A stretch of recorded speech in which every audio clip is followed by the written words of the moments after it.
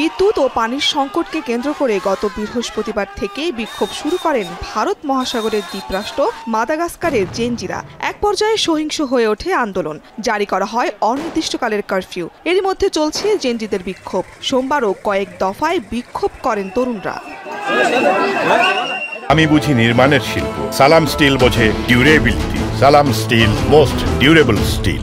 দেশটির রাজধানী আন্তানা নারিফোতে বিক্ষোভে রাষ্ট্রপতির পদত্যাগের দাবি করেন আন্দোলনকারীরা। সেখানে পুলিশ টিয়ারসেল ও রাবার বুলেট ছুড়লে আবারও সহিংস হয়ে ওঠে আন্দোলন। জাতিসংঘ জানায়, গত কয়েকদিনে দেশটিতে অন্তত 22 জনের মৃত্যু হয়েছে, যাদের মধ্যে নিরাপত্তা বাহিনীর গুলিতে বেশ কয়েকজন নিহত হয়েছেন।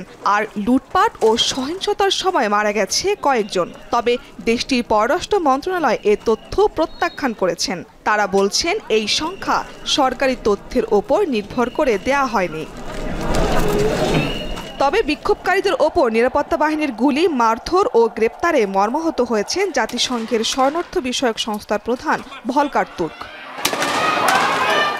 এমন পরিস্থিতিতে দেশটির সরকারকে ভেঙে দিয়েছেন রাষ্ট্রপতি আন্দ্রে রাজোয়েলিনা। রাষ্ট্রীয় টেলিভিশনে দেয়া ভাষণে এ ঘোষণা দেন তিনি। সেই সঙ্গে সরকারের ব্যর্থতার জন্য ক্ষমা চেয়েছেন তিনি। Ita mety mifanandrify amin'ny filainareo izahay.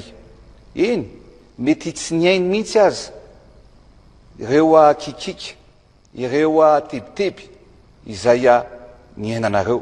2023 সালে প্রেসিডেন্ট হিসেবে পুনর্নির্বাচিত হবার পর এই আন্দোলন সবচেয়ে বড় চ্যালেঞ্জের মুখোমুখি হলেন রাষ্ট্রপতি আন্দ্রে রাজোয়েলিনা।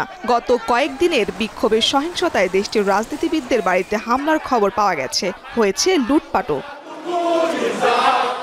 শারমিন পুতুল, এখন বিশ্ব।